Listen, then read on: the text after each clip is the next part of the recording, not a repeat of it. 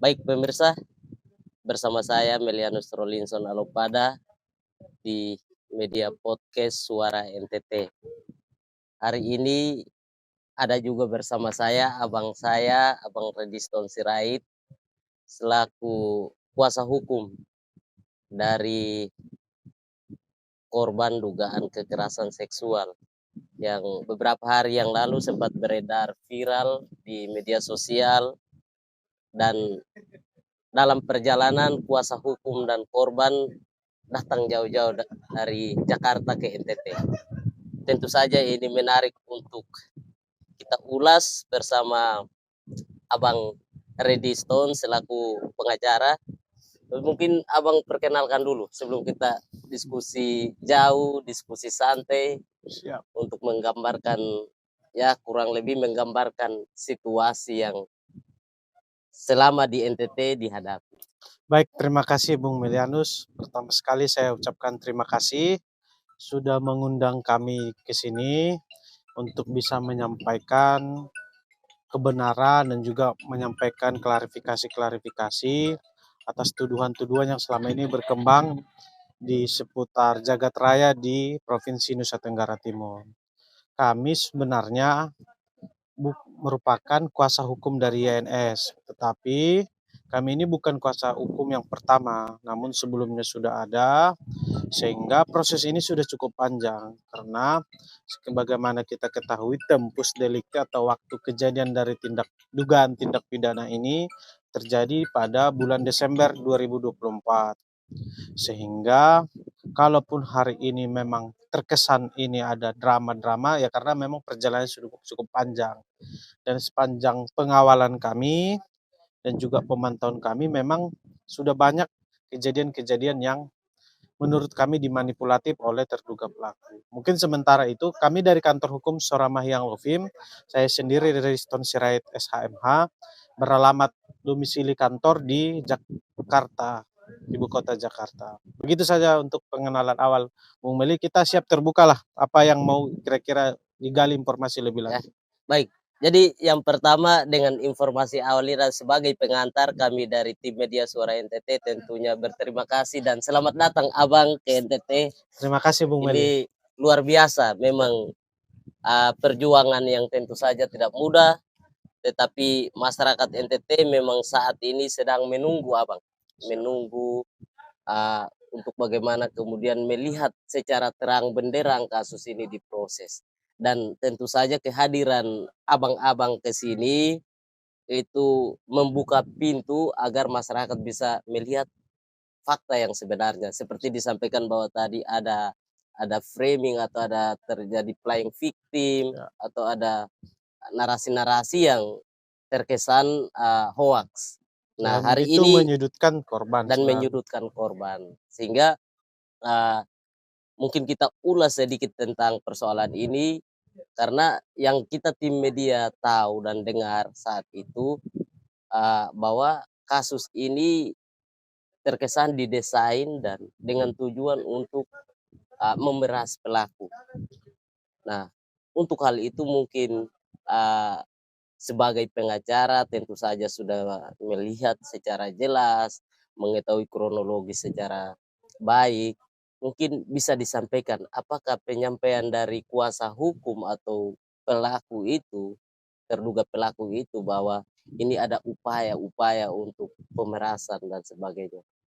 Pertama mungkin menurut kami ya, statement ataupun tuduhan yang diajukan oleh kuasa hukum terduga pelaku ini merupakan terkesan mengada-ngada, dan ini semacam tuduhan tanpa dasar. Tujuan tanpa dasar. Karena kalau memang beliau mendalilkan ada pemerasan dalam prinsip hukum, siapa yang mendalilkan dia yang wajib membuktikan.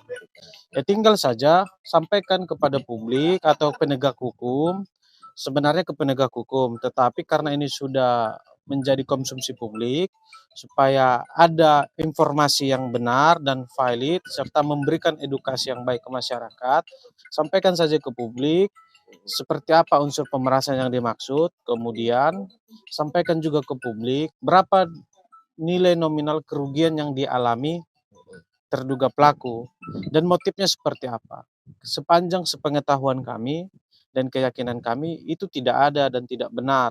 Semua itu mengada-ngada dalam rangka untuk memframing atau menyudutkan dari korban yang sedang kita dampingi ini. Ya, kenapa memang kalau seperti kan dari awal terduga pelaku ini melalui kuasanya selalu menyampaikan bahwa kita harus menjunjung supremasi hukum. Kita harus mengedepankan penegakan hukum. Ya kalau memang benar demikian, kan mereka juga yang selalu membangun narasi tantang bawa ke jalur penegak hukum. Ya kami juga sampaikan pertanggungjawabkan saja apa yang sudah saudara lontarkan. Ya kami juga tantang lapor saja ke penegak hukum. Upaya kami membuat laporan ke kepolisian bukan dalam rangka menjawab tantangan daripada terduga pelaku, tetapi itu adalah langkah-langkah yang kami lakukan dalam rangka memulihkan nama baik korban dan juga mengejar keadilan untuk kepada korban. Hanya saja memang seakan-akan dengan ada narasi tantangan itu baru kami melapor. Oh, iya, Hanya betul. sebenarnya ini adalah framing yang salah. Sebenarnya sejak dari awal kami sudah memikirkan akan membuat pengaduan atau laporan kepada kepolisian. Namun dalam prinsip pendampingan terhadap korban kekerasan seksual ada tahapan-tahapan yang harus kita pahami secara khusus adalah yang paling prioritas dalam pendampingan korban itu adalah pemulihan mental psikisnya dulu. Itu sebabnya sejak dari awal kita pertama sekali membuat pengaduan ke Komnas Perempuan agar ada dukungan, pendampingan, dan juga nanti bila diperlukan adanya pemantauan kasus ini. Kami juga bersyukur ya beberapa kali Komnas proaktif sudah menanyakan sejauh mana progresnya, apa yang bisa kami bantu. Mungkin nantilah kita uraikan dulu apa-apa yang sudah kami lakukan, nanti itu akan kami update ke Komnas Perempuan. Jadi ini menarik bahwa jauh-jauh ke NTT tentu ini penting, dan tadi disampaikan bahwa yang pertama niat atau tujuan melapor ke pihak penegak hukum atau ke polisi itu bukan semata-mata menjawab tantangannya, Ya, tapi memang itu langkah-langkah hukum demi terwujudnya keadilan bagi si korban, begitu kira-kira. Selanjutnya Abang, memang kasus ini sampai di titik ini makin makin membumi. Apalagi dengan kedatangan uh, kuasa hukum bersama korban ke NTT, dan mungkin publik perlu tahu apa saja yang dilakukan di NTT. Ada agenda-agenda yang mungkin bisa disampaikan, silakan disampaikan. Kalau tidak bisa disampaikan, perlu kita jaga kerahasiaan. baik Bung Mel. Sebenarnya ya, seandainya menurut kami yang punya kewenangan, baik itu kewenangan dari sisi kekuasaan maupun dari sisi penegakan hukum maupun juga kewenangan dalam penegakan kode etik sudah bekerja, kami tidak perlu jauh-jauh ke sini. Tetapi karena menurut kita tidak ada semacam komitmen, keseriusan dan kepastian, dan justru ini yang menjadi konsumsi di publik, bahwa banyak elit-elit di NTT ini sampaikan kami belum menerima pengaduan resmi. Tetapi seharusnya etisnya sebagai pemangku kebijakan dalam hal ini penegak kode etik maupun penegak marwah sebuah institusi, seandainya pun dia belum menerima pengaduan resmi, dia harus proaktif ketika ada Proaktif ya. sebuah isu atau informasi yang diperoleh. Dan perlu kami klarifikasi, jauh sebelumnya si korban ini secara sepihak atau pribadi belum melibatkan kuasa hukum sudah memberikan pengaduan-pengaduan, hanya saja bukan dalam bentuk pengaduan formal Ya. resmi ke institusi, melainkan pengaduan secara personal ke elit-elit atau pemangku kebijakan. Tetapi ketika kami pantau perkembangannya, semua kan elit-elit di sini, Bapak kan yang Ya, ikut juga membantu mengawal, selalu berdalil kami belum menerima pengaduan. betul betul. Kami juga kalau ada pengaduan akan proses. Dengan ada narasi begitu, itu men-trigger kita untuk membuat pengaduan secara resmi. Dan kita akan sama-sama kawal, Bapak juga kawal, sejauh mana konsistensi komitmen daripada pemangku kebijakan tadi atau orang-orang elit-elit yang punya kekuasaan untuk menjalankan atau setidak-tidaknya menghadirkan keadilan bagi si korban ini. Jadi dalam rangka itulah kami datang ke NTT. Jadi selain upaya penegakan hukum yang sudah kami lakukan membuat pengaduan laporan di Polres Metro Jakarta Selatan di kurang lebih 1 minggu lalu, maka kami juga mengambil langkah-langkah lain yang pada pokoknya ini semua bertujuan untuk adalah bagaimana memulihkan nama baik korban dan juga menciptakan keadilan bagi beliau begitu dan mencegah adanya korban-korban lain. Maka kami memutuskan untuk datang ke NTT ini, ke Kota Kupang dan Kabupaten Kupang, membuat pengaduan secara resmi sebagaimana yang dimintakan oleh elit-elit yang di sini. Bapak sudah tahu bagaimana kemarin ke statement dari Ketua DPD dan juga Ketua DPD Golkar dan Ketua DPRD Kabupaten Kupang, bahwa mereka ke Kota Kupang dan Kabupaten Kupang membuat pengaduan secara resmi sebagaimana yang dimintakan oleh elit-elit yang di sini. Bapak sudah tahu bagaimana kemarin ke statement dari Ketua DPD dan juga Ketua DPD Golkar dan Ketua DPRD Kabupaten Kupang, bahwa mereka tinggal menunggu pengaduan. Kemudian juga ketika teman-teman media minta pendapat ataupun statement dari DPD Provinsi Golkar, mereka juga sampaikan, ya kami tinggal tunggu saja proses gitu. Sehingga di beberapa hari lalu kami sudah membuat pengaduan resmi kepada sebagai tindak lanjut dari pengaduan kami sebelumnya di DPP Partai Golkar di Badan Mahkamah Etik atau Kode Penegakan Kode Etik di Partai Golkar, dan juga kami tembuskan ke DPD Provinsi. Ya, kami tinggal menagih konsistensinya dan kami bersyukur ya, dan kami tidak mau mundur lagi soal-soal adanya ya dalam tanda kutip ya berpaku pada tatanan-tatanan normatif. Seharusnya dalam hal ini kan apa dibilang prosedur normatif itu harus dikesampingkan dalam rangka untuk menciptakan keadilan dan membangun juga kepercayaan kepada masyarakat tentang institusi dan organisasi ini. Jadi kami sudah buat pengaduan dan pada pokoknya kami tanyakan komitmen kemarin kepada Sekretaris DPD Golkar Provinsi dan juga Ketua DPD Golkar Provinsi, juga hadir di sana Ketua Fraksi DPRD Kabupaten Kupang. Mereka menyatakan akan mengawal penuh kasus atau pengaduan ini karena satu sudah tersebar dan ini menjadi isu liar yang kami tidak tahu kebenarannya sehingga ini bisa merugikan partai. Kedua, beliau juga sampaikan bahwa Partai Golkar sebenarnya dari dulu komitmen untuk memberikan ruang yang aman dan keberpihakan kepada perempuan. Dengan adanya pengaduan kami itu yang dilengkapi dengan bukti-bukti, dalam pengaduan itu juga kami sampaikan terduga pelaku ini kerap melibatkan atau membawa-bawa nama-nama elit partai. Selain elit partai juga adalah institusi ini atau organisasi Partai Golkar. Dan kami sampaikan bahwa ada pencatutan nama Pak Gubernur di sana, mengatasnamakan Pak Gubernur yang sudah melindungi terduga pelaku, kemudian juga istri terduga pelaku yang menyatakan bahwa itu bisa dibuktikan semua begitu. Soal pembuktian itu kan nanti urusan penegak hukum, tapi kami sudah melampirkan bukti-bukti yang menurut kami itu valid dari istri terduga pelaku. Ya soal nanti ada pihak-pihak merasa dirugikan ini pencemaran nama baik ataupun ini upaya menggiring opini merusak ini, bahkan kan kita dituduh-tuduh ada unsur-unsur politis yang bermain di sini. Ya kalau memang ada yang dirugikan, laporkan saja ke penegak hukum. Kami hanya tinggal kami memperoleh bukti ini dan informasi ini. Kalau soal ini bohong atau tidak, ya silakan lapor dan siapa yang sumbernya ini yang meng-create ini yang memproduksi ini dalam rangka motif tertentu, ya silakan minta pertanggungjawabannya, begitu. Sebentar Abang. Jadi kemarin setelah membuat laporan mulai dari DPP, DPD 1, DPD 2 dan BKD itu sudah disertakan dengan bukti-bukti atau sudah.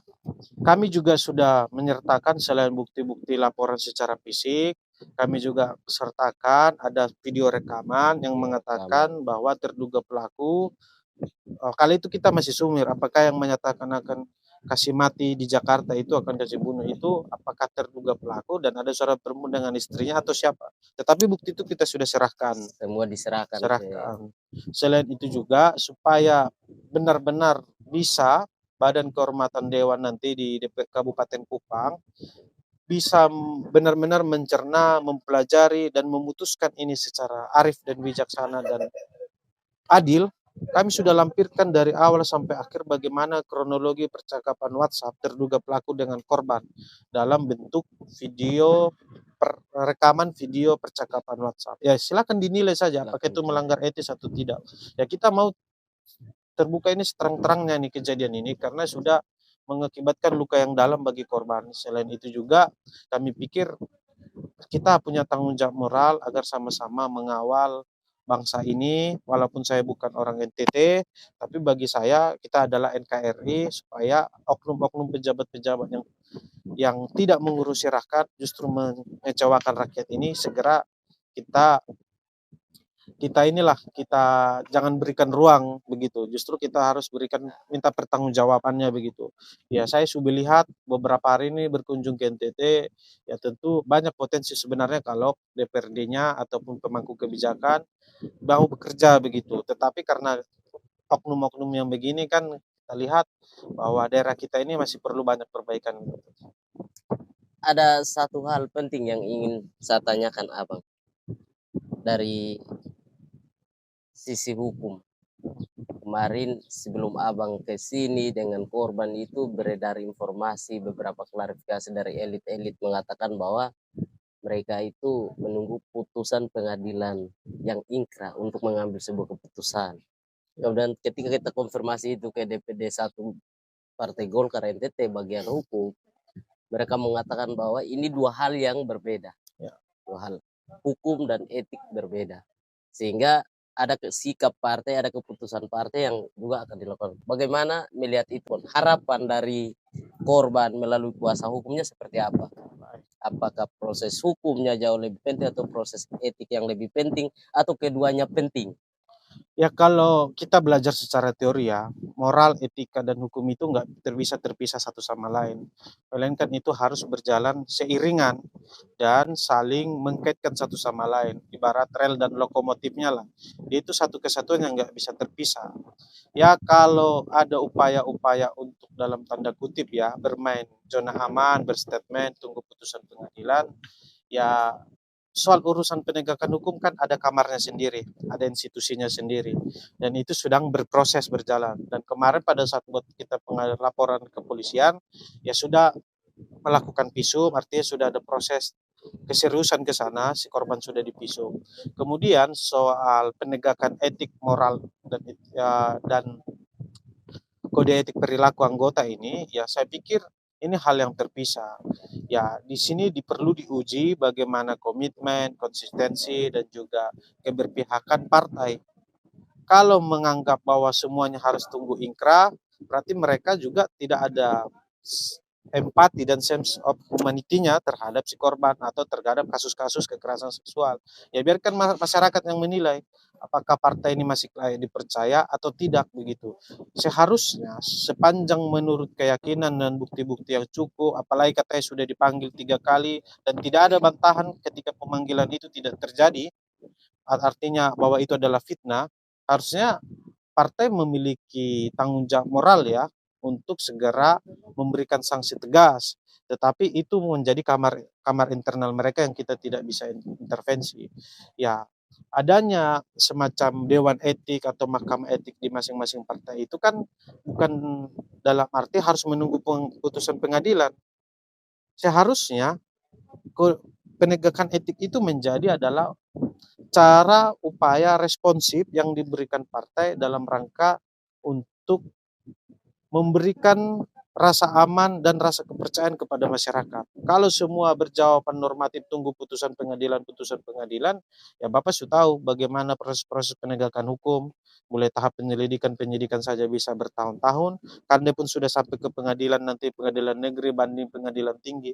Tetapi kan ini ada soal keberpihakan, kejujuran kita, keyakinan kita. Ya kalau kita menjadikan hukum itu sebagai sarana untuk berlindung, sebagai hukum itu adalah upaya untuk membela diri, sekalipun membela diri itu benar sepanjang tidak dalam rangka mengalihkan fakta-fakta yang ada, dalam arti mengaburkan fakta-fakta yang ada.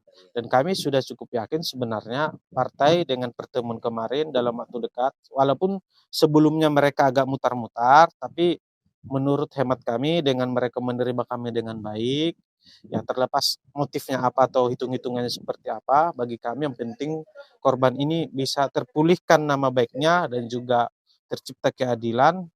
Kami yakin dan kami juga dapat informasi bahwa jajaran elit partai di NTT, elit Partai Golkar di NTT ini sudah melakukan rapat dan kita tinggal menunggu saja hasilnya dan kami yakin mereka tidak akan mau bermain api. Mereka juga harus membangun kepercayaan publik, apalagi mereka sedang pemangku kekuasaan tertinggi di daerah NTT ini. Tentu ini sebagai simbol bagaimana mereka benar-benar bekerja dan juga ingin mesejahterakan, melindungi, dan juga memberikan rasa keadilan bagi masyarakat. Baik, abangku. Ini luar biasa, makin menarik Ya, ini. Sudah 2 kali ini. tidak apa-apa, Bung. Ada satu yang sebenarnya yang sangat menarik itu sebenarnya dari latar belakang abang ini sendiri.